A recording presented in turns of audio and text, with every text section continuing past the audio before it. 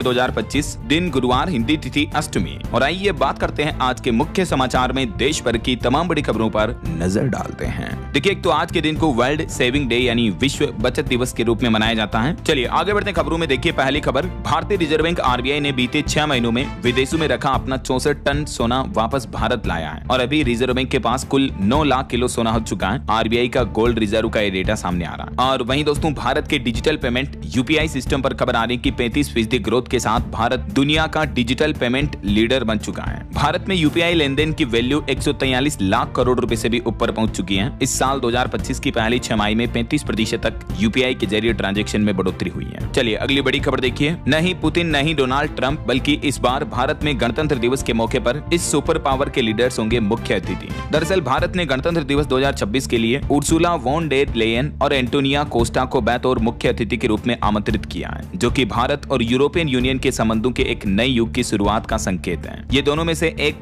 यूरोपीय कमीशन के अध्यक्ष हैं, जबकि कोस्टा यूरोपीय परिषद के अध्यक्ष हैं। और वहीं देखिए एक बड़ी दुख भरी खबर आ रही दोस्तों, मातम में बदल गई छठ महापर्व की खुशियां। अकेले बिहार राज्य के ये आंकड़े देखिए, पटना में 9 समेत पूरे बिहार में 83 लोगों की मौत हो गई। छठ महापर्व पर ज्यादातर मौतें डूबने की घटनाओं की वजह से हुई है। पटना जिले में भी गंगा स्नान के दौरान अलग अलग स्थानों पर 15 लोग डूब गए, जिनमें से 9 की जान चली गई। बाकी और भी बिहार के अन्य अलग अलग जिलों में तकरीबन 83 लोगों की डूबने से मौतें हो गई। चलिए बड़ी खबर देखिए दोस्तों, भीषण चक्रवाती तूफान मोंथा ने भारी तबाही मचाना शुरू कर दिया है। उड़ीसा में भी 11,000 से ज्यादा लोगों को सुरक्षित स्थानों पर पहुंचाया गया। ये तूफान मोंथा से देर रात मची तबाही की तस्वीरें आप देख सकते हैं। तेलंगाना में भी इस चक्रवाती तूफान का भारी प्रकोप देखने को मिला। स्कूल डूब गए, कार और ट्रक भी बह गए, रेलवे स्टेशन पर भी पानी भर गया, 2 ट्रेनें रोकी गई। इसके बाद ये चक्रवात मोंथा उड़ीसा के बाद आंध्र प्रदेश तट से टकराया और इसके चलते तेलंगाना और आंध्र प्रदेश में तेज बारिश भी शुरू हो गई है। ये कुछ तस्वीरें आप देख सकते हैं। तूफान की वजह से हुई भारी बारिश के चलते कितनी तबाही मची है। कई पेड़ पौधे, बिजली के खंभे वगैरह भी टूट गए। आगे मैं आपको बताऊंगा और भी पूरे मौसम समाचार विस्तार से। फिलहाल देखिए अगला अपडेट, पेंशन को लेकर एक नया नियम आया है। कर्मचारी की मौत के बाद अब माता पिता को पेंशन के लिए करना होगा ये काम। सरकार की तरफ से पारिवारिक पेंशन को लेकर ये नया नियम जारी किया है और नए नियम के मुताबिक अगर किसी कर्मचारी की मौत हो जाती है तो उसके बाद उसके माता पिता को पेंशन प्राप्त करने के लिए उन्हें भी अपना लाइफ सर्टिफिकेट जमा करना होगा। सरकार की तरफ से पेंशन और पेंशनर्स वेलफेयर डिपार्टमेंट DOPPW ने ये नई गाइडलाइंस जारी की है। देख सकते हैं आप डिटेल। चलिए अगला अपडेट देखिए, नीति आयोग ने जारी किया एडवांस मैन्युफैक्चरिंग का विजन। साल 2035 तक भारत की जीडीपी में हिस्सेदारी 25% तक पहुंचाने का दावा किया है और इस एडवांस मैन्युफैक्चरिंग से हमारे देश में तकरीबन 10 करोड़ नई नौकरियां भी पैदा होगी, जो कि युवाओं के लिए अच्छी खबर है। सरकार के थिंक टैंक नीति आयोग ने देश में ये एडवांस मैन्युफैक्चरिंग को लेकर नई रिपोर्ट जारी की है। चलिए अगली बड़ी खबर देखिए दोस्तों, उत्तर प्रदेश में 69,000 शिक्षक भर्ती मामले में अब 18 तारीख को सुनवाई होगी। 15 महीने में 23 से ज्यादा तारीख मिल चुकी है, लेकिन ये मामला कोर्ट में अब इस कदर तक पहुंच चुका है कि तारीख पे तारीख। अब इस मामले की अगली सुनवाई अगले महीने 18 नवंबर को होनी है। पिछले 15 महीनों से कोर्ट में मामला चल रहा है, लेकिन अभी तक कोई फैसला नहीं आ पाया है। चलिए सोना चांदी के भाव पर खबर आने की आखिरकार 9 दिन की बड़ी गिरावट के बाद सोना 2585 रुपए महंगा हुआ। 10 ग्राम सोने की कीमत अभी 1,21,000 रुपए पर पहुंच चुकी है वापस। और चांदी में भी लगभग 4,500 रुपए की बढ़ोतरी देखने को मिली और चांदी का भाव अभी 1,47,000 रुपए प्रति किलो पहुंच चुका है। और भी अलग अलग कैरेट के हिसाब से ये गोल्ड का प्राइस आप देख सकते हैं, 14 कैरेट, 18, 22, 24 कैरेट के रेट। और अगली एक अच्छी रिपोर्ट सामने आ रही, देखिए हमारे देश में साल 2031 तक प्रति व्यक्ति आय 4.5 लाख से भी ऊपर हो जाएगी, जबकि डेटा के मुताबिक 2013 में हमारे देश में 6 करोड़ परिवार सालाना 10 लाख रुपए तक कमा रहे थे। अब ऐसे 10 करोड़ फैमिली हो चुकी है। दिनों दिन देश में बढ़ती जीडीपी ग्रोथ के साथ ही प्रति व्यक्ति आय और खर्च कर सकने वाली आबादी और शहरीकरण का मुकाम भी बढ़ रहा है। और इसके साथ ही अब बहुराष्ट्रीय asset management company Franklin Templeton की ताजा रिपोर्ट के मुताबिक इस साल के आखिर तक यानी 2025 के एंड में भारत में सालाना 10 लाख तक कमाने वाले परिवारों की संख्या बढ़कर 10 करोड़ हो जाएगी। और 2010 से 2024 के बीच हमारे देश में प्रति व्यक्ति आय भी लगभग दोगुनी होकर सालाना 2.5 लाख तक पहुंच चुकी है, जो कि 2031 तक 4.5 लाख तक हो जाएगी। तो इससे हमारे देश में लोग प्रीमियम सामान ज्यादा खरीदेंगे, पर्यटन, सेहत और जरूरतों के हिसाब से ज्यादा खर्च होगा, तो ऑल ओवर देश की जीडीपी भी और ज्यादा बढ़ेगी, है ना। चलिए अगला अपडेट आ रहा कि भारत आ रहे रूसी तेल जहाज ने अचानक यू टर्न लिया।